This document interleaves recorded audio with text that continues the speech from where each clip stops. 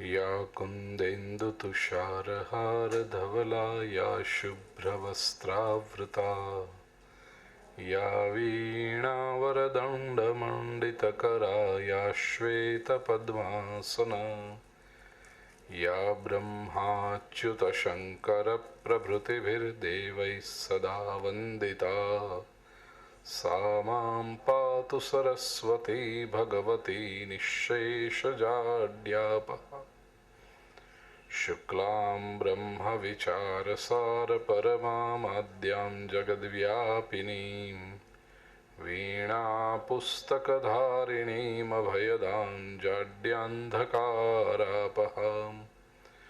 हस्ते स्फाटिकमालिकां विदधतीं पद्मासने संस्थितां वन्दे तां परमेश्वरीं भगवतीं बुद्धिप्रदां शारदाम्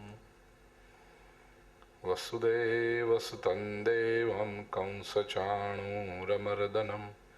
देवकी परमानन्दं कृष्णं वन्दे जगद्गुरुं गुरुर्ब्रह्मा गुरुर्विष्णुः गुरुर्देवो महेश्वरः गुरुस्साक्षात् परब्रह्म तस्मै श्रीगुरवे नमः।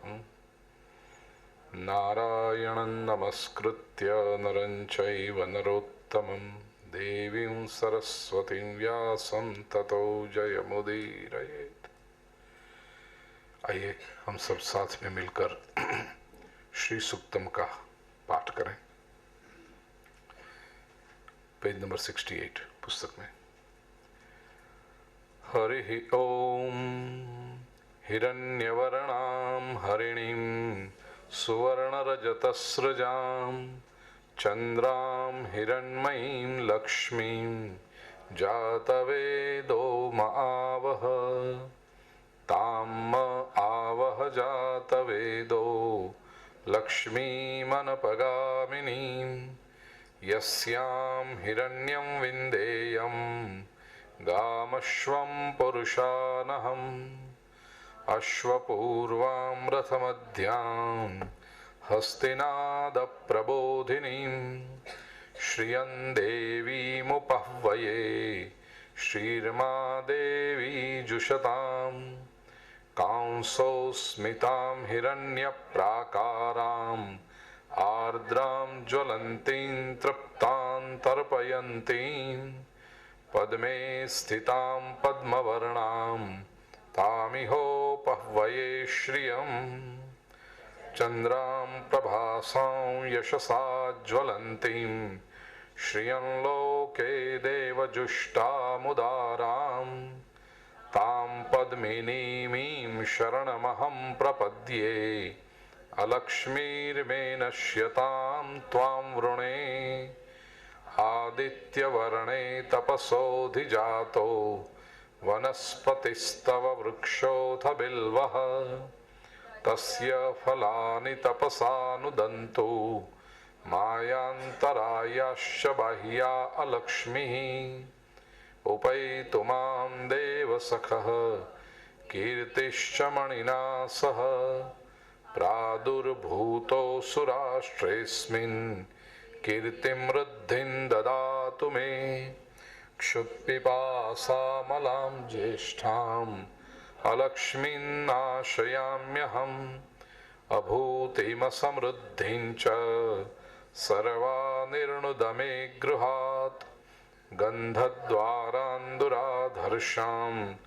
नित्यपुष्टां करीषिणीम् ईश्वरीं सर्वभूतानां तामिहोपह्वये श्रियं मनसः काममाकूतिं वाचः सत्यमशीमहि पशूनां रूपमन्नस्य मयि श्रीश्रयतां यशः कर्दमेन प्रजा भूता मयि सम्भव कर्दम श्रियं वासय मे कुले मातरं पद्ममालिनीम् आपस्रजन्तु स्निग्धानि चिक्लीतव समे गृहे निच देवीं मातरं श्रियं वासय मे कुले आर्द्रां पुष्करिणीं पुष्टिं पिङ्गलां पद्ममालिनीं चन्द्रां हिरण्मयीं लक्ष्मीं जातवेदो महावह आर्द्रां यः करिणीं यष्टिं सुवर्णां हेममालिनीं सूर्यां हिरण्मयीं लक्ष्मीं जातवेदो महावह ताम आवह जातवेदो लक्ष्मीमनपगामिनीं यस्यां हिरण्यं प्रभूतं गावो दास्योश्वान् विन्देयं पुरुषानहं यः शुचिः प्रयतो भूत्वा जुहुयादाज्यमन्वहम् सूक्तं पंचदशर्चं च श्रीकामः सततं जपेत्। हरिः ओम।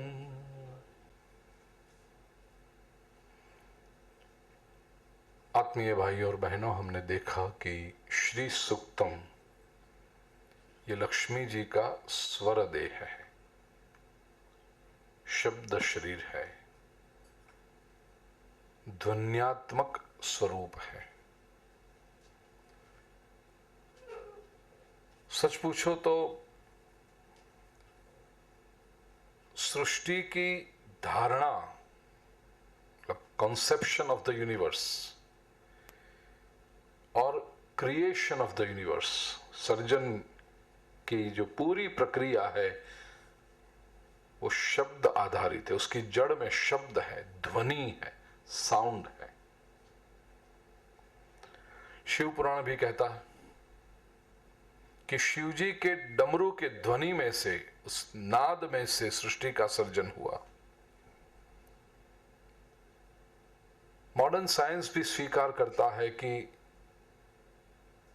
सारी ऊर्जा, अभी तक वो कहते थे कि जो भी ऊर्जा है, जो भी एनर्जी है, वो सब अल्टीमेटली प्रकाश है।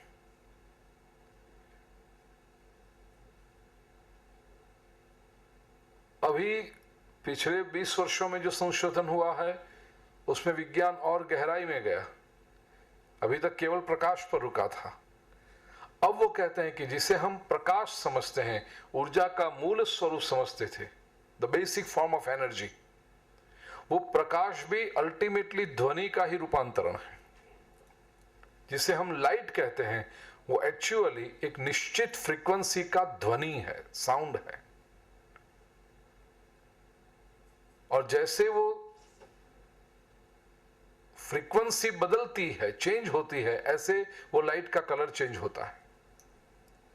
तो अलग अलग रंग की जो प्रकाश है वो भी अलग अलग फ्रीक्वेंसी का ध्वनि ही है।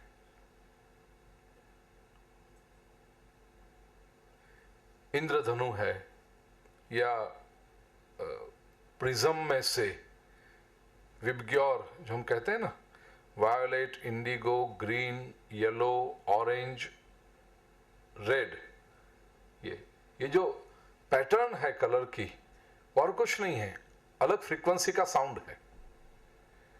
मूल में ध्वनि है। इस तरह से ये श्री सूक्तम लक्ष्मी जी का शब्द देह है। लक्ष्मी जी का एक स्वरूप जो चित्रात्मक स्वरूप है, हम अति परिचित हैं उससे, लेकिन श्री सूक्तम लक्ष्मी जी का ध्वन्यात्मक स्वरूप है और इसलिए आराधना के लिए सिद्ध मंत्र है। आइए श्री सूक्तम में प्रवेश करें। पहला मंत्र, एक एक चरण मैं बोलूंगा, मेरे बाद में आप लोग। प्लीज मैं फिर से एक बार कहूं, उच्चार पर अत्यंत ध्यान दें। कई लोगों के गलत उच्चार हो रहे हैं, मैं यहां सुनता हूं, मुझे पता चलता है, तो उच्चार पर ध्यान दें। हरि ओम। हिरण्यवर्णां हरिणीं सुवर्णरजतस्रजाम्। अब ये भी देखिए, स्रजाम है, स्त्रजाम नहीं है। स्र, SR, नॉट STR। संस्कृत में वो फर्क पड़ता है। स्त्री जब बोलते हैं तो वो स, त और र तीनों आते हैं, स्त्री। यहां पर स्त्री नहीं है, स्त्रजाम नहीं है, स्रजाम। सुवर्ण रजत स्रजाम। अनफॉर्चुनेटली क्या होता है कि बाजार में जो कोई भी किताब मिलती है, आप खरीद लेते हो, तो उसमें वो ये शुद्धि होती ही नहीं। और आपकी वो श्रद्धा है कि जो छपा हुआ है भगवान की फोटो के साथ है, कलरफुल है, तो अच्छा ही होगा। लेकिन जो जानता है उसको पता चलता है कि वो सही नहीं है उच्चार, और वही रट रट के दिमाग में बैठ गया। और दिमाग में उससे अधिक भी वो बैठा कि मुझे आता है, वो तकलीफ बड़ी होती है कि मुझे आ गया, अभी ये तकलीफ को कौन दूर करे, ये बीमारी को कौन दूर करे। इसलिए पढ़ के आप ये करो। हिरण्यवर्णाम हरिणीम सुवर्ण रजतस्रजाम चंद्राम हिरण्मयीम लक्ष्मीम चंद्राम हिरण्मयीम लक्ष्मीम जातवेदो महावह। ऋषि कहते हैं, अब याद है श्री सूक्तम के ऋषि कौन है? बिल्कुल सही, आनंद, करदम और चिकलीत। ये कौन है? तीन लक्ष्मी जी के पुत्र हैं, यही श्री सूक्तम के ऋषि हैं। तो ऋषि यहां पर कहते हैं, हे जातवेद, हिरण्यवर्णाम हरिणीम, हिरण्यवर्णाम सुवर्ण जैसे रंग की, सुवर्ण जैसे वर्ण की, हरिणीम हिरण जैसी चपल, हिरण जैसी तेज, सुवर्ण रजत स्रजाम, सुवर्ण और रजत का अर्थ है चांदी के, स्रजाम अलंकार धारण की हुई, जिसने सुवर्ण और चांदी के अलंकार धारण किए हैं, ऐसी चंद्राम चंद्र के जैसी, हिरण्मयीम सुवर्ण स्वरूप सुवर्णमय, लक्ष्मीम लक्ष्मी को, में आवह मेरे यहां, मेरे लिए, आवह ले आओ, आवाहन करो। हे जातवेद, सुवर्ण के समान वर्ण वाली, सोने और चांदी के अलंकार धारण की हुई, हिरण जैसी और चंद्र जैसी, हिरण्मयीम सुवर्णमयी लक्ष्मी को मेरे यहां ले आओ। अब इसमें समझना, जातवेद किसको कहा है। सायणाचार्य जी ने और अनेक ऋषियों ने बड़ी चर्चा की इसमें, कि पूरा जो श्री सूक्तम है वो जातवेद को संबोधित किया गया है लक्ष्मी की उपासना का। लेकिन लक्ष्मी लाने के लिए बार बार ये शब्द आएगा, जातवेद ले आओ, आवह आवह। तो ये जातवेद कौन है? निरुक्त के अभिप्राय अनुसार जातवेद के विविध अर्थ होते हैं। जातानि वेद, जातवेद उत्पन्न हुए सभी प्राणियों को जो जानता है वो जातवेद है। जातानि जिसका भी जन्म हुआ, जो भी अस्तित्व में आ गया, उन सभी को जो जानता है या जानती है वो जातवेद है। जातानि व एनम विदुः, जो उत्पन्न हुए हैं वो सारे प्राणी जिसको जानते हैं वो जातवेद है। फर्क समझ में आया अर्थ में? मैं आप सभी को जानता हूं, ये पहला अर्थ है। जातानि वेद, जो भी उत्पन्न हुए हैं, जो भी यहां शिविर में आए हैं, उन सबको मैं जानता हूं, तो वो जातवेद एक हुआ। और दूसरा, आए हुए सभी मुझे जानते हैं, वो भी जातवेद है। जातानि व एनम वैनम विदुहु, तो वो जात वेद। तीसरा अर्थ निरुक्त के अनुसार जाते जाते विद्यते जात वेद, जो भी उत्पन्न हुआ है उसमें वो है ही, वो जात वेद है। No creation can be without him with capital H, वो जात वेद। कि जो भी उत्पन्न हुआ है, जो भी यहां आया है, उसके पास श्री सुक्तम का पुस्तक है ही, जाते जाते विद्यते। और कुछ चीजें हो ना हो ये तो मिलेगा ही, या तो श्री यंत्र जाते जाते विद्यते, शिविर में जो भी आया है उन सभी के पास ये है ही, तो ये हुआ जातवेद। मतलब ये संसार में जो भी अस्तित्व में आया है सभी में जो है वो जातवेद। जातवित्तो वा जात धन जातवेद, जिसे भविष्य रूप धन प्राप्त हुआ है। वित्त का अर्थ है धन और जात भविष्य जात। आहुति जो दी जाती है वो जिसको प्राप्त होती है, जिसके लिए दी जाती है, वो जिसके पास पहुंचती है, वो जातवेद है। और जात विद्यो वा जात प्रज्ञ जातवेद, जन्म से ही जिसके पास विद्या है, ज्ञान है, अत्यंत विचक्षण बुद्धि है, वो जातवेद। वेद शब्द का अर्थ है टू नो, तो वेद इज ज्ञान। जन्म से ही जिसके पास ज्ञान है वो जातवेद है। छठा अर्थ और भाष्यकार करते हैं। पहले 5 अर्थ जो मैंने बताए वो निरुक्त के अनुसार है। छठा अर्थ, जाताः वेदाः यस्मात् स जातवेदः, वेद जिसके पास से प्राप्त हुए वो जातवेद है। और भारतीय संस्कृति का थोड़ा सा भी अभ्यास हुआ होगा, परिचय हुआ होगा, तो आपको पता है कि वेद अपौरुषेय है।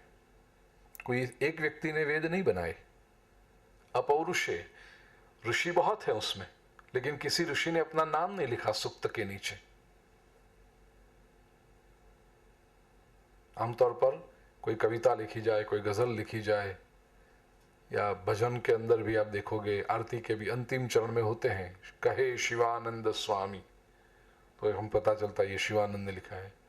या बाई मीरा के प्रभु गिरधर नागर, तो मीरा का भजन है।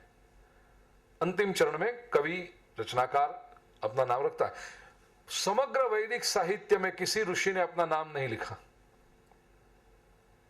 और जब पूछा गया ऋषियों से कि आपने इतना गहन ज्ञान दिया, इतना श्रेष्ठ ज्ञान दिया, कहीं आपने नाम नहीं लिखा?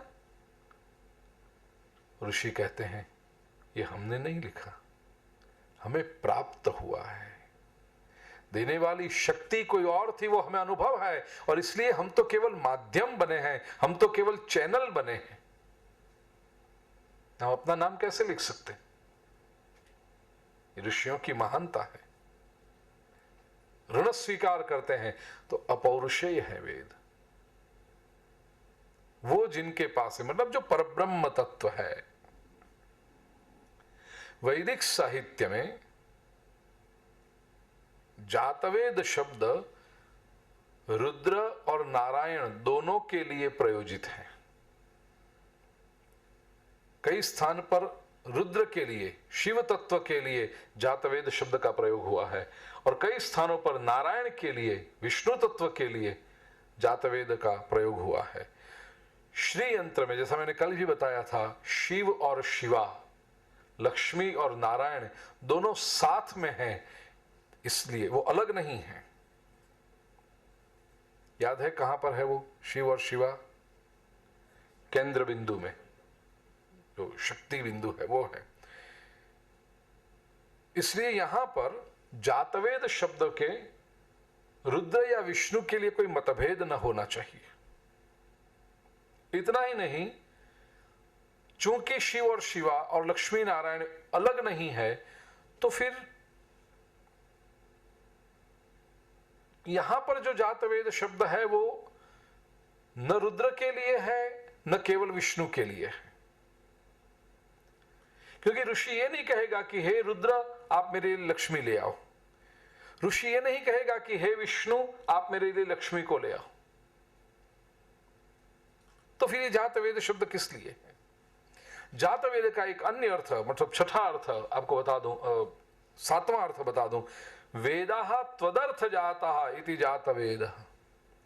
वेद तेरे लिए हुए। वेद आए क्यों, वेद हुए क्यों, what was the purpose of वेद?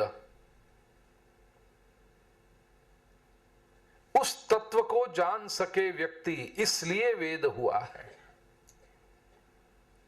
तो वो जिस तत्व को जान सके, वो जिस तत्व को पा सके साधक, उसके लिए वेदों की रचना हुई। वो तत्व जातवेद है।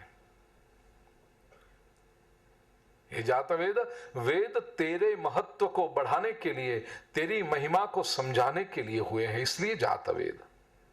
वेदाः त्वदर्थं जाता इति जातवेद। तो ये ब्रह्म ही जातवेद है। और वो जो परब्रह्म शक्ति है, वो जो चिद्घन शक्ति है, वो जो सुप्रीम एनर्जी है, उसे यहां पर ऋषि मां कह के पुकारता है श्री सुक्तम में। और वो ही लक्ष्मी तत्व है। इसलिए जो हमने देखा कि लक्ष्मी केवल रुपया पैसा मत समझना, लक्ष्मी केवल डॉलर पाउंड या यूरो मत समझना। ये जो चिद्घन शक्ति, ये परम शक्ति कि जीवन में जो भी कुछ आता है वो ही देती है। मां के रूप में कहा इसलिए देती है कहता हूं। और हम जो भी करते हैं, जैसे छोटा बालक दिन भर घूमे, खेले कूदे, रोए, झगड़े करे, जो भी करे, अंतिम तो शाम हुई, रात हुई कि उसे मां की गोद में ही जाना है।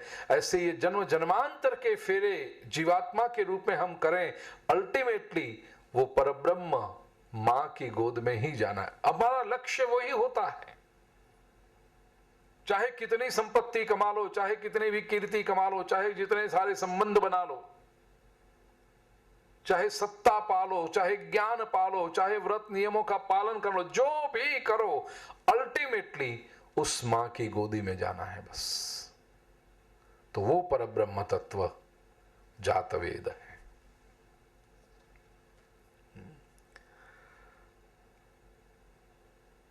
दूसरे अर्थ में कहा कि ये जातवेद अग्नि के लिए भी हो सकता है,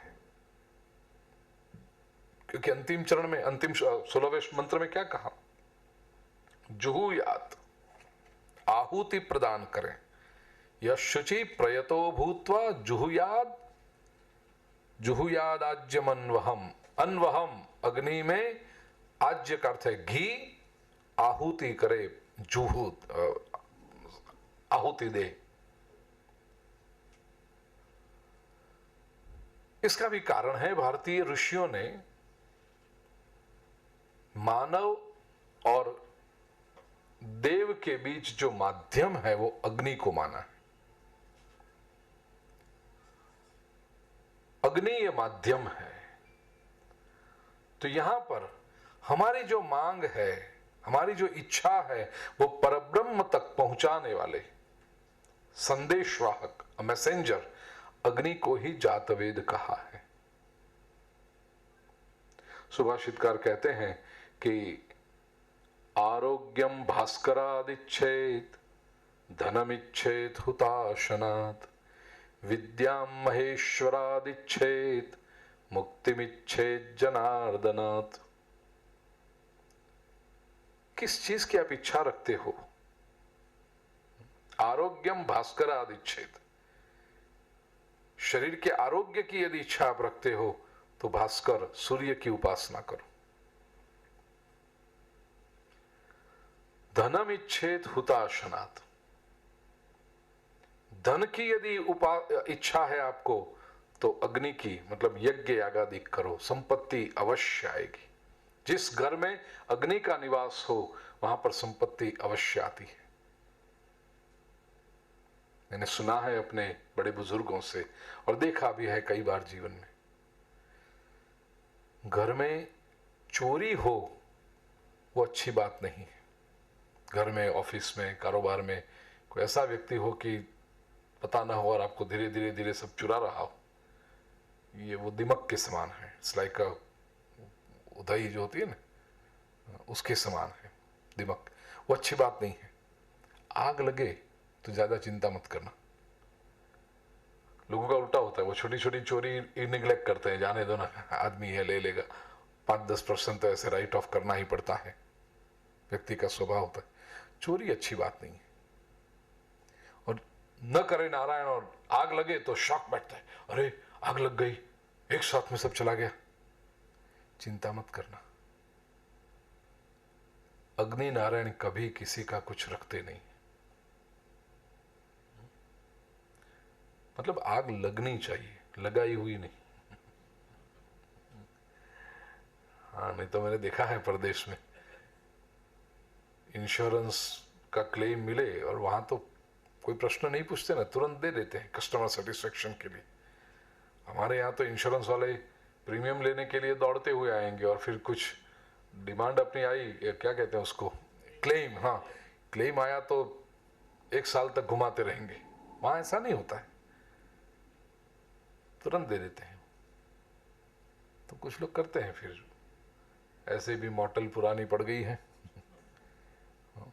पूरी रिपेयर करवाएंगे, वो सब करेंगे तो खर्चा ज्यादा होगा। उससे बेहतर है कि लगाओ, नई बना जाएगी आराम से इंश्योरेंस के पैसे में से। छोड़ो, मतलब किया है ऐसा सब कलाकारों ने, तो वो काम नहीं आएगा। लेकिन आग अपने आप कहीं लग जाए। धनम इच्छेत हुताशनात्, इसलिए यज्ञ का हमारे यहां बहुत महिमा है। भारतीय संस्कृति ये यज्ञ की संस्कृति है। कल भी प्रातः काल में जो हम यज्ञ करेंगे, आप देखना। धनम इच्छेत हुताशनात्। फिर कहा विद्याम महेश्वराद इच्छेत। विद्या की यदि अपेक्षा हो तो शिव जी की आराधना करो। शिव जी ज्ञान के देवता हैं, कैलाश राणा। और मुक्तिमिच्छेद जनार्दनात्, विष्णु भगवान के पास से मुक्ति की अपेक्षा रखो। मुक्ति चाहिए तो विष्णु की।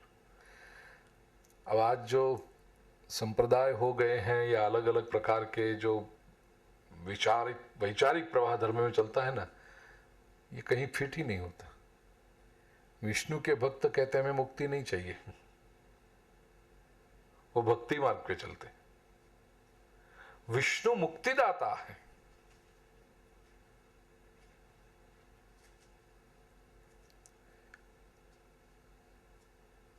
पिताजी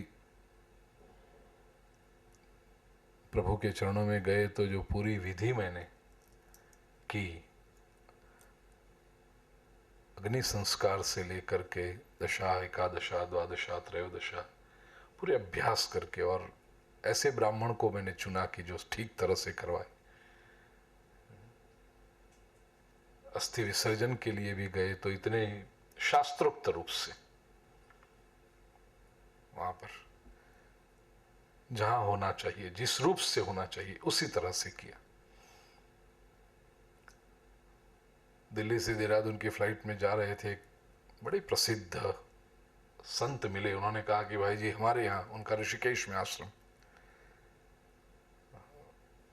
बहुत समय के बाद मिले, प्रसन्नता हुई मुझे भी उन्हें भी। उन्होंने कहा कि ये काम है तो अपने आश्रम में ही, यही। मैंने कहा नहीं स्वामी जी, शास्त्र कहता है हरिद्वार, तो मैं हरिद्वार ही जाऊंगा। जहां पर वो हर की पैड़ी पर, वहां जहां होना है वहीं हो। तुरंत समझ गए वो। कहते हैं आपसे आर्ग्यूमेंट नहीं करता। रहने के लिए मेरे, मैंने कहा रहने के लिए अवश्य आऊंगा, वो शास्त्र नहीं कहता है कि कहां रहते हो।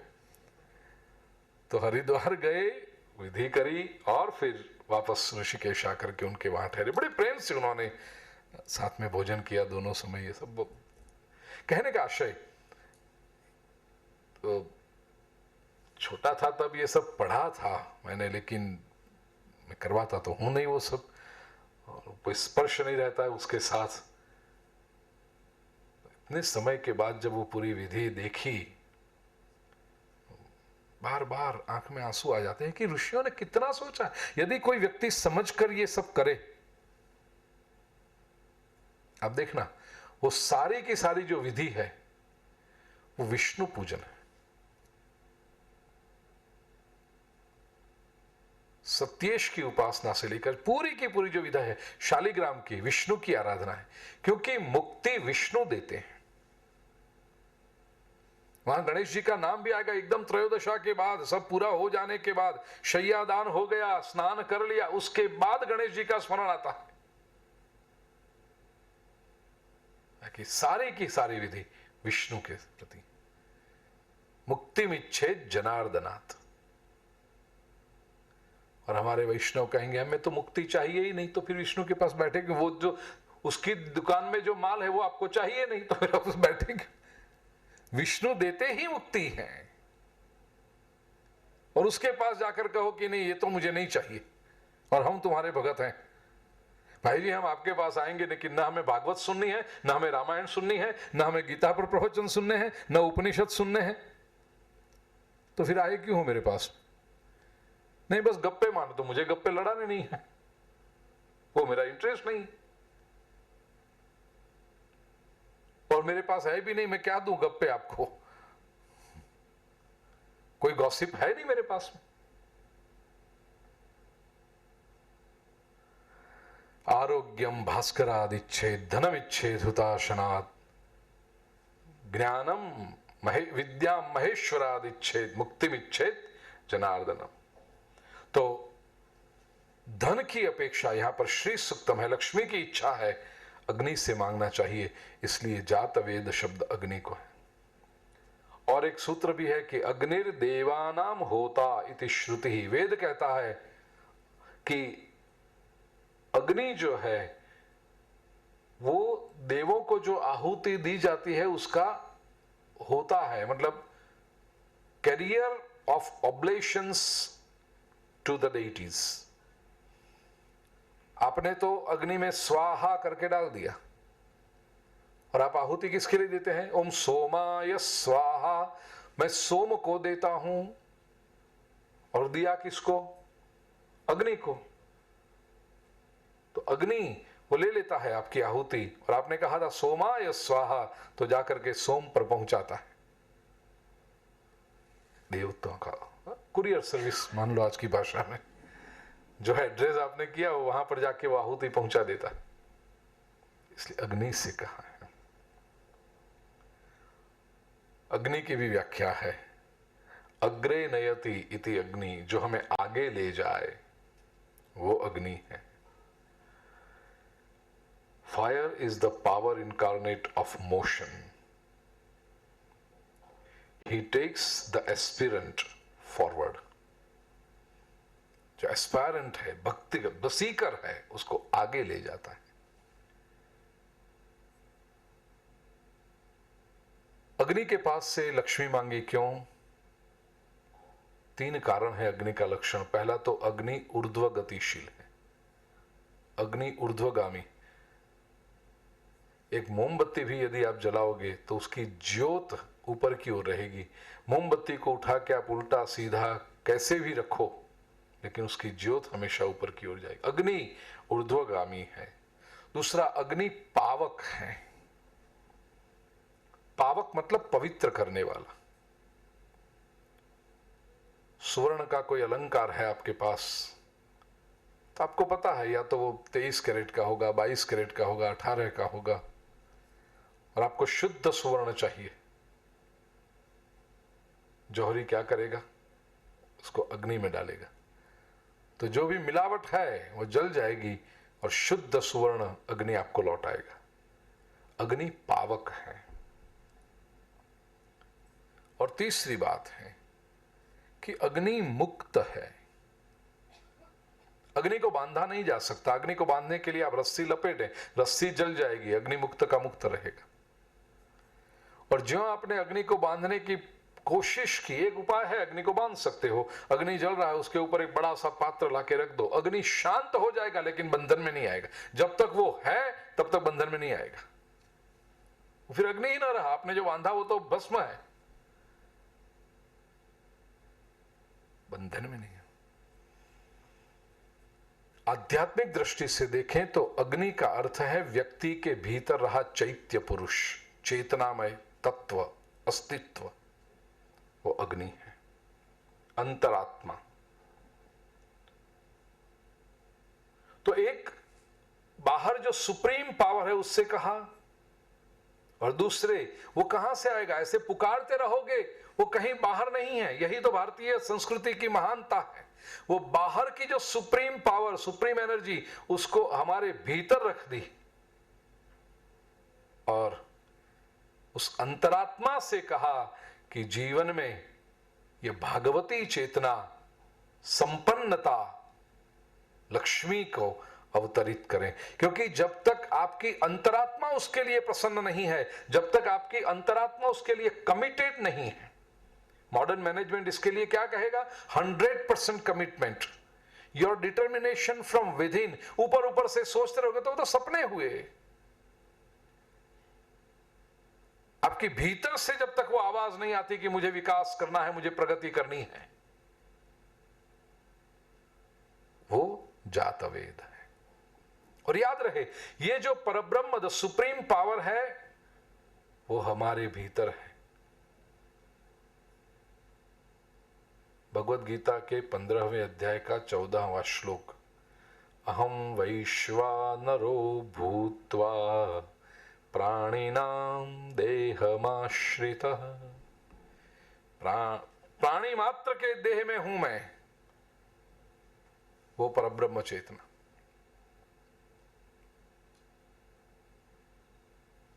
मैंने अभी शायद किसी एकादशी में ही कहा ना कि ये सृष्टि में हमारा आना, उसके ऊपर यदि चिंतन करोगे आप, तो पहले लगता है कि हम सृष्टि में आए, मैं दुनिया में आया।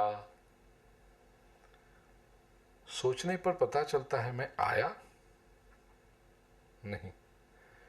कोई अधिकार नहीं था मुझे आने में, न किसी ने मुझे पूछा। अरे आया, उसके 5 साल तक तो पता भी नहीं था कि मैं आया हूं। कौन से दिन जाना है, कहां जाना है, कैसे माता पिता चाहिए, कौन सा गांव चाहिए, कौन सा शहर चाहिए, कौन सा घर चाहिए, कैसा शरीर चाहिए, पूछा किसी ने? नहीं। तो हम आए नहीं, अपनी मर्जी से नहीं आए। कोई ऐसे मॉल में भी नहीं ले गया था, द बॉडी मॉल। ये आंख की दुकानें हैं, पसंद कर लो कैसी आंख चाहिए। ये कान की दुकान है, पसंद कर लो कैसा कान चाहिए। ये नाक की दुकान है, पसंद कर लो कैसी नाक चाहिए तुम्हें। किसी ने नहीं पूछा। मिल गई वो आंखें, मिल गई वो कान, मिल गई वो नाक। देखो कैसी विचित्र एक एक की, लेकर बस आ गए। तो कहने का आशय, आए नहीं है हम। नितेश भाई कहते हैं कि भेजा गया है, ये दूसरी स्थिति है। हाँ, व्यक्ति थोड़ा सोचता है तो लगता है कि मैं आया नहीं हूं खुद, मुझे भेजा गया है। क्योंकि न खुद मैं आया हूं, न खुद मैं यहां से जाता हूं। कोई शक्ति है जो मुझे भेजती है, और कोई शक्ति है जो मुझे बुलाते हैं। क्योंकि जाते समय भी मेरे ओपिनियन को कोई वैल्यू नहीं। कोई अगर पूछता नहीं कि चलो अब चलेंगे, और ये पूछा जाए तो हां करने वाले कितने, वो एक दूसरा प्रश्न है। तो ना आते समय कोई मुझे पूछता है, ना जाते समय मुझे कोई पूछता है। मैं आया नहीं हूं, मुझे भेजा गया है। ये बात थोड़ी सी एनलाइटन लगती है कि हाँ चलो, वो अहंकार तो निकल गया कि मैं तो निकल गया। कोई शक्ति है, किसी ने मुझे भेजा है। लेकिन और अधिक चिंतन करेंगे तो लगता है कि किसी ने मुझे भेजा है, वह विचार भी अपूर्ण है। क्योंकि भेजने में एक डिस्टेंस है, एक अंतर है। मां अपने बालक को जब स्कूल में भेजती है तो मां घर पे रहती है, बालक स्कूल में जाता है। वो 4 घंटे 5 घंटे, there is a distance, there is a geographical distance, there is a, फिर वो 5 घंटे के बच्चे को स्कूल में कोई सुख हो दुख हो तो मां को पता नहीं चलता। वो तो बच्चा जब आके शिकायत करेगा तब पता चलेगा, तो बताएगा मम्मी मम्मी ये देखो आज मुझे टीचर ने स्टार दिया। घर पे बैठे मम्मी को पता नहीं चलता है। वो 5 घंटे बालक को कुछ भी हो जाए मां को कुछ पता नहीं, और मां को कुछ हो जाए बालक को पता नहीं। डिस्टेंस है, मानो भूल गए वो 5 घंटे। कई बार तो मां भी कहती है ना, ये 5 घंटे स्कूल में जाए ना तो शांति, मेरा दूसरा काम कर लूं। जब तक होता है साथ में तो कुछ कर नहीं सकती। तो क्या मुझे ऐसे भेजा गया है? मेरी मां कहीं अलग, मेरा ईश्वर कहीं अलग, और मैं यहां पर। और यदि मेरा ईश्वर अलग रहता तो मैं रह सकता था? नहीं। इसलिए शुरुआत में बालक मां से दूर स्कूल में जाने के लिए रोता है, नहीं जाता। वो नहीं जाना है, मम्मा नहीं जाऊंगा मैं। तो क्या मुझे परमात्मा ने ऐसे भेजा है? क्या वो मुझसे दूर है कि जा 80 साल 90 साल 100 साल तक रखड़ नीचे घूमता रहे, ऐसे भेजा है मुझे? नहीं। जरा पूछें अपने आप को कि मैं हूं कौन? ये जिसे मैं करता हूं वो है क्या? ये शरीर है, वो तो मृतदेह में भी बना रहता है। यही शरीर, अस्थि, मांस, मज्जा, ये सब कुछ है। तो अंदर से क्या निकल जाता है और लोग कहते हैं कि अब ये नहीं रहे? शरीर तो पड़ा होता है, क्या निकल गया? वो प्राण तत्व, वो आत्म तत्व, वो मैं हूं। तो क्या वो मुझे पता है वो क्या है? नहीं, न कभी कोशिश की। ये जीवात्मा परमात्मा से अलग नहीं है, ये जीवात्मा परमात्मा से भिन्न नहीं है। तो जो श्रेष्ठ अनुभूति है वो ये है, न मैं इस संसार में आया हूं, न मुझे इस संसार में भेजा गया है, बल्कि ईश्वर मुझे इस संसार में साथ लेकर आया है। सर्वस्य चाहम हृदय पल पल वो मेरे साथ रहता है। और एक क्षण के लिए भी यदि वो अलग हुआ तो मैं ही नहीं रहता। फिर दुनिया तो कहेगी चले गए, खत्म हो गए। इसका मतलब जो था, अब देखिए पीक एक्सपीरियंस आता है, अभी शिखर का अनुभव। मैं हूं ही नहीं, जो भी है वो ही है, वो ही आता है, वो ही रहता है और वो ही जाता। मैं हूं ही कहां? और यह अनुभूति जब आए तब ईश्वर के साथ एक रूपता का अनुभव होता है। ये बेकार में मैं घुस गया था, मैं था ही कहां?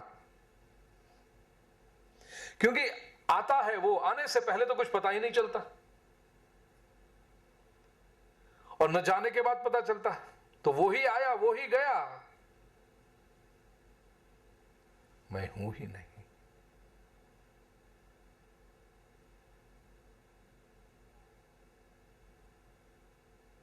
हाँ, देखिए आपके चेहरे पर सब, ऐसा तो कभी सोचा ही नहीं, बात तो सही है, मैं हूं ही नहीं।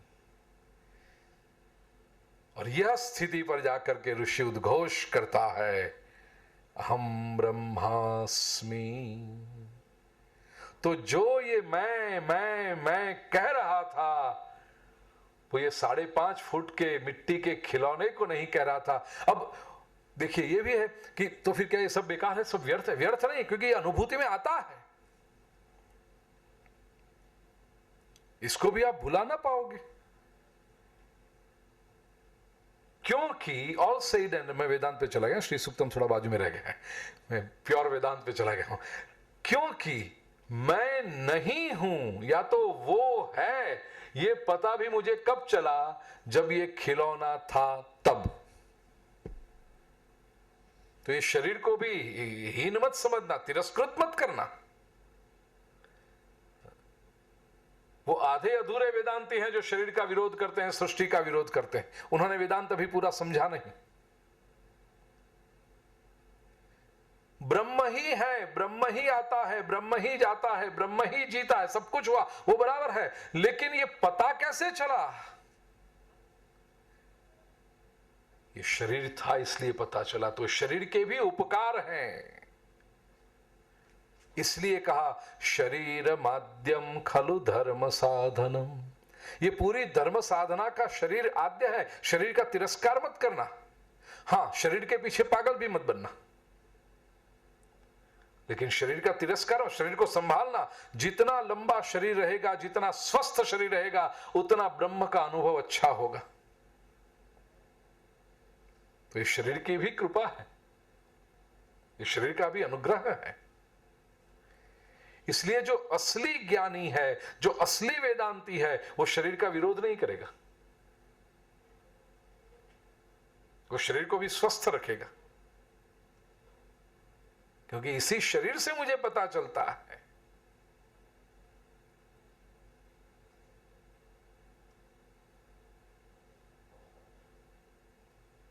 ईश्वर आता है, वो शक्ति उस आंतरिक चेतना को जात वेद कहा। मेरे लिए ले आ, हिरण्यवर्णाम तेजस्वी लक्ष्मी चाहिए, आकर्षक लक्ष्मी चाहिए, गौरवर्ण वाले, तेज से देदीप्यमान से। अरे लक्ष्मी केवल बैंक बैलेंस नहीं है, लेकिन विचार लक्ष्मी, गुण लक्ष्मी, कर्म लक्ष्मी, आचार लक्ष्मी, कीर्ति लक्ष्मी सभी को आकर्षित करती है। हिरण्यवर्णाम हरिणीम। लक्ष्मी से कहा, लक्ष्मी कैसी चाहिए? हरिणीम। अब इसके भी कई अर्थ किए भाष्यकारों ने। एक तो हरित, हरिणीम का अर्थ क्या? हरित मतलब नीले रंग की, नीला नहीं सॉरी ग्रीन कलर की, हरे रंग की हरिणीम। याद रहे भारत कृषि प्रधान संस्कृति है, हमारी अधिकतर संपत्ति कृषि खेती से आती। तो उस वक्त जब जंगल में लहलहाते हुए खेतों को जब ऋषि ने देखा होगा, आश्रम की जमीन को देखा होगा और कहा होगा यही तो संपत्ति है। हम कहां रुपयों की नोट गिनने गए थे, ये तो पिछले 100-125 साल की देन है, और उसमें भी अधिक पिछले 50-60 साल की देन। वो भी केवल शहरों में था 50-60 साल पहले। छोटे थे गांव में, कौन रुपए देखता था? पूछो रमेश भाई से, थी जरूरत कभी रुपए की? तो फिर बार्टर सिस्टम। मैं 12-13 साल का हुआ तब तक कभी रुपया देखा नहीं था, और जरूरत भी नहीं थी। पैसे का स्पर्श जब होता था, मैं गांव से बंबई के लिए निकलूं, छुट्टी, वो गर्मी की छुट्टियां दादी माँ के पास रहकर फिर बंबई वापस लौटूं, तो उस वक्त दादी माँ 2 पैसे या 5 पैसे, हमारे गुजरात में उसको कहते टको, शगुन का, वो हाथ में देती थी। वो मेरी संपत्ति थी। वो 2 पैसे और 5 पैसे, वो भी कितने हैवी हुआ करते थे, तांबे या पीतल के रहते थे। वो देखा होगा आपने, याद होगा तो। एल्यूमिनियम के तो बाद में आए, उसके पहले वाले वो तांबे के 2 पैसे वजनदार हुआ करते थे। वो मैं साल भर संभाल के रखता था, दादी माँ ने दिया हुआ। यही पैसे के साथ संबंध। जरूरत किसको थी रुपए की?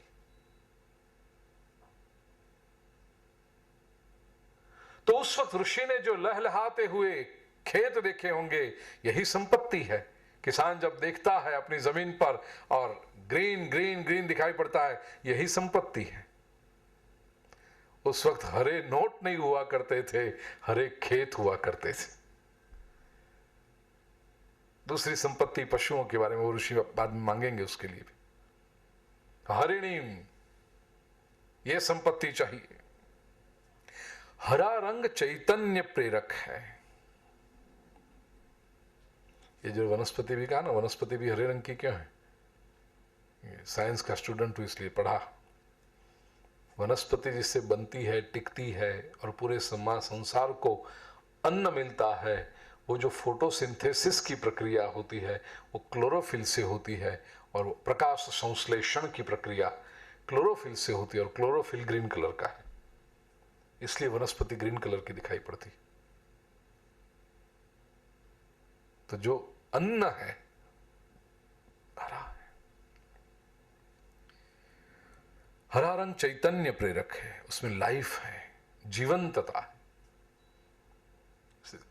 मॉडर्न फर्नीचर के कॉन्सेप्ट में भी आप देखो, कंक्रीट के जंगल हम बनाते हैं अवश्य, लेकिन बड़ा घर हो या छोटा भी हो, व्यक्ति चाहेगा कि उस घर में एक प्लांट लाके रख दो, ग्रीन प्लांट, क्योंकि नहीं तो ये कंक्रीट की दीवारें तो मरी हुई है, जड़ है, वो चैतन्यहीन है। उसमें लाइफ डालने के लिए ग्रीन प्लांट लाके रखो, जीवंतता है उसमें, आह्लाददायक है, आंखों को शीतलता देती है।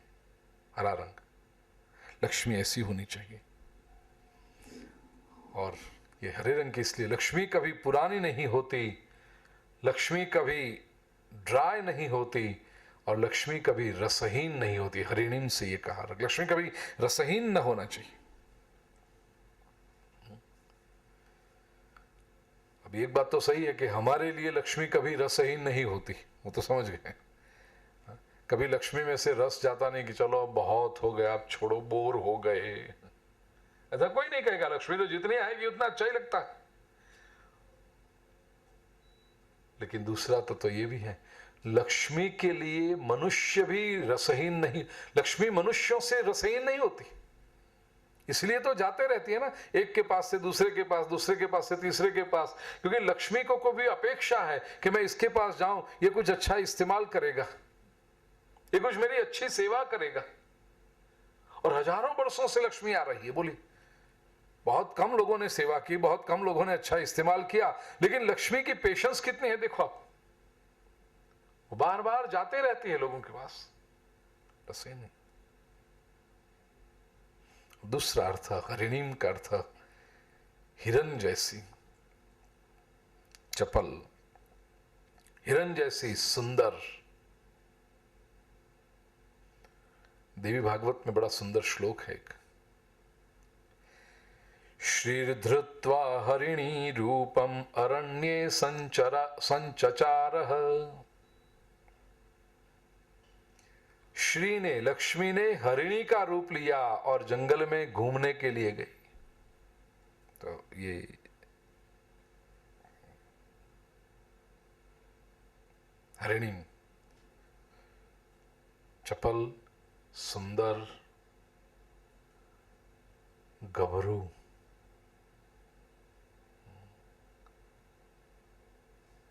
हिरण कैसे कांपता है, देखा होगा यदि आपने हिरण को तो पता चलेगा। नजदीक जाओ ना तो इतना घबरू है वो, इतना, उसका शरीर निरंतर कांपते रहता है हिरण का। आप पूछोगे लक्ष्मी भी ऐसे घबरू है, डरपोक है? हिरण ने कहा लक्ष्मी को किस बात का डर है? मां है ना, डर रहता है उससे अपने बालक के प्रति। पहला डर तो इससे यह है कि मेरे बालक को इस संसार में कोई समस्या तो नहीं होगी ना, ये डर है लक्ष्मी को। मैं चली जाऊं उसके पास, मैं उसकी इच्छाएं पूरी करूं, बस वो पुकारे इतनी देर है, मैं चली जाऊं, डर है। अच्छा, नहीं थी बालक के पास तो डर लगता है, चलो मां जब बालक से दूर होती है, 3:45 हो गए, बेटा आया नहीं अभी तक, क्या हुआ होगा, बस मिली होगी कि नहीं, ये हुआ होगा कि नहीं, वो एक डर है, समझ में आता है वो डर। लेकिन जिसके पास समझो पहुंच गई, अब इसको क्या डर है लक्ष्मी को? अपने बालक के पास जाकर भी लक्ष्मी को डर लगता है। वो डर क्या है? मेरे बालक को कोई छलेगा तो नहीं ना।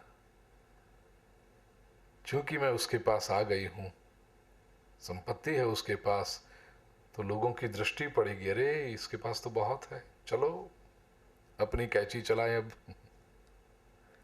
मेरे बालक को कोई छलेगा तो नहीं, ये सब पर भरोसा रखता है, कोई इसके भरोसे को तोड़ेगा तो नहीं ना। डर लगता है लक्ष्मी जी को। और तीसरा एक डर है, मैं आ तो गई हूं उसके पास, लेकिन ये मेरा बालक मुझे भूल तो नहीं जाएगा ना। कई बार ऐसा भी होता है ना, मां है, पता है मां घर में है, लेकिन मां के सामने देखता भी कोई नहीं। लक्ष्मी को डर लगता है, मैं सब कुछ, संपत्ति आई, लक्ष्मी आई कि सब सुख सुविधाएं मिल जाएगी, कीर्ति प्रतिष्ठा मान सम्मान मिल जाएगा,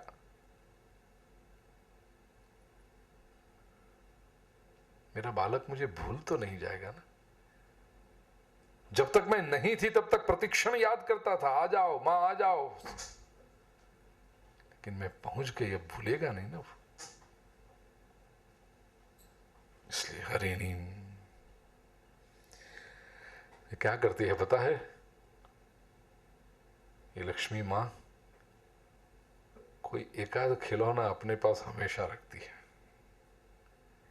ताकि बालक उसे भूले नहीं। वो खिलौने की जब याद आए तो वो मां के पास जाना ही पड़ेगा उससे।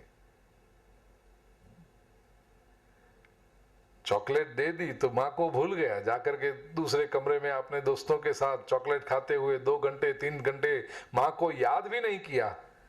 लेकिन 3 घंटे के बाद फिर से जब भूख लगी तो चॉकलेट तो मां के पास ही है, वापस आना पड़ता है, मम्मा वो मां कहते हैं बराबर आया ना। तो ऐसे ही लक्ष्मी मां भी, लोग कहते हैं ना संसार में सब कुछ नहीं मिलता है, अरे वो हमारी स्वभाव है, इसलिए वो बहुत सयानी है मां। मुझे पता है अगर इसको सब कुछ दे दूंगा तो मेरे पास आएगा ही नहीं है, और मेरा बालक है, मुझसे दूर रहेगा तो मुझे अच्छा नहीं लगेगा, इसलिए मां कोई ना कोई खिलौना अपने पास रखती है ताकि ये बालक बार बार मां के पास जाए। हिरण्यवर्णाम हरिणीम। तो अभाव को भी कैसे देखना है, जीवन में कोई कमी होगी तो ये मत समझना कि भगवान आपके ऊपर रूठा हुआ है। भगवान क्यों रूठेगा, क्या आवश्यकता पड़ गई उसको रूठे।